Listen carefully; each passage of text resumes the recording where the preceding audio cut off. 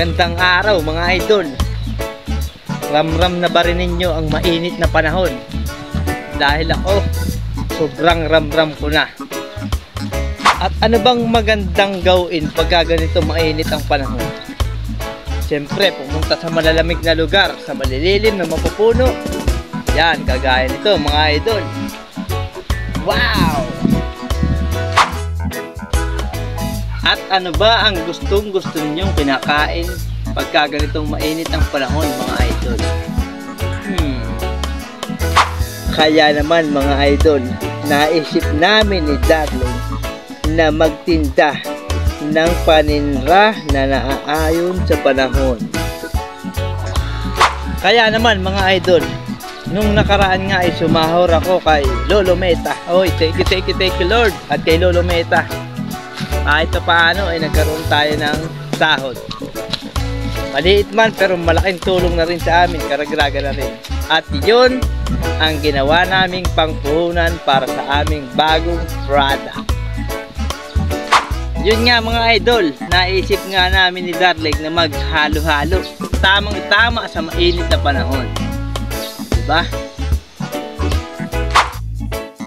At yung sinahor ko kay Lolo Meta ay siyang pinanragrag naming pampuhunan sa halo-halo mga idol. Sana ay mag-click at maging mabenta ang aming bagong product na ito. Okay mga idol, let's go! Yung!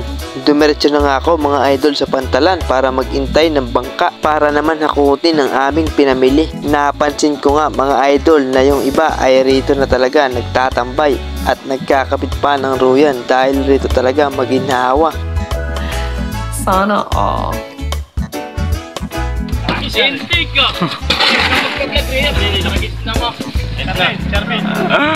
Ayaw!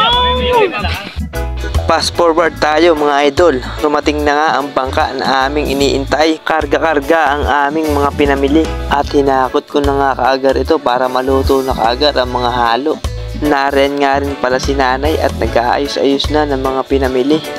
Bago ko nga simulang lutuin ang mga halo ay nag-prepare muna kami ng iba naming paninra. Nice! Kagaya ng palamig at mga tuhog-tuhog, fishball kikiam.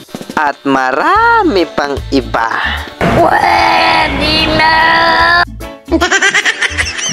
Pagkatapos ko naman mag-prepare mga idol ay diretso luto na tayo ng mga halo. Wow! Marami-rami nga rin pala ang aming mga halo mga idol. Hindi ko na iisa-isahin. Pero kung gusto nyong malaman ay pwede kayong bumili o umorder sa amin.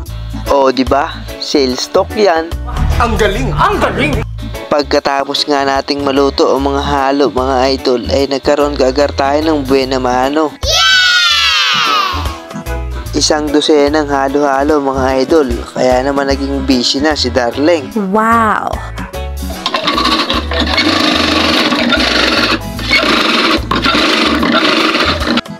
Si Darling nga pala nakatoka sa halo-halo at palamig, habang ako naman ay sa mga burger, sandwiches at sa mga pinipirito. Naghati nga kami ng gawain rito sa aming meriendahan dahil mahirap na. Mainit at malamig ang aming hinihipo, baka kami ay mapasma. Halos karamihan nga ng tao ay nasa labas ng kanilang bahay dahil sobrang init nga mga idol. Grabe kasi ang init ng panahon ngayon mga idol, kaya dapat lagi tayong nag-iingat. Kung gusto nyo ng magandang lugar at maginhawa mga idol ay tumambay lang kayo sa harapan ng aming tinrahan. Tapos ay bumili na kayo ng aming halo-halo para lalo kayong maginhawaan. Gunggong! Barinig kita sa mukha eh! Naging busy na nga rin pala ako mga idol sa oras na yan, kaya hindi na ako masyadong nakapag-video. Siyempre, unahin muna natin ang ating mga customer. Baka magalit pag natagalan.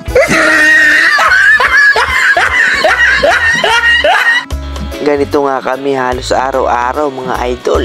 Tiya-tiyaga lamang. Samahan na rin ng maringgiyang sipag. At yun, nakakasurvive naman. Sabi nga nasa Diyos ang awa, nasa tao ang gawa. Okay mga idol, at nang humupa na ang ating mga customer. Humupa? Akala mo naman na pagkakarami. Ay syempre, ako naman ang magpapalamig mga idol. Mahirap naman kayo lamang. Sana all. A few moments later. Yon! At nang maggabi na nga mga idol ay syempre closing time na. Oras na rin para magpahinga at may bukas pa. O paano mga idol? Maraming salamat. Hanggang rito na lang muna. Bye-bye!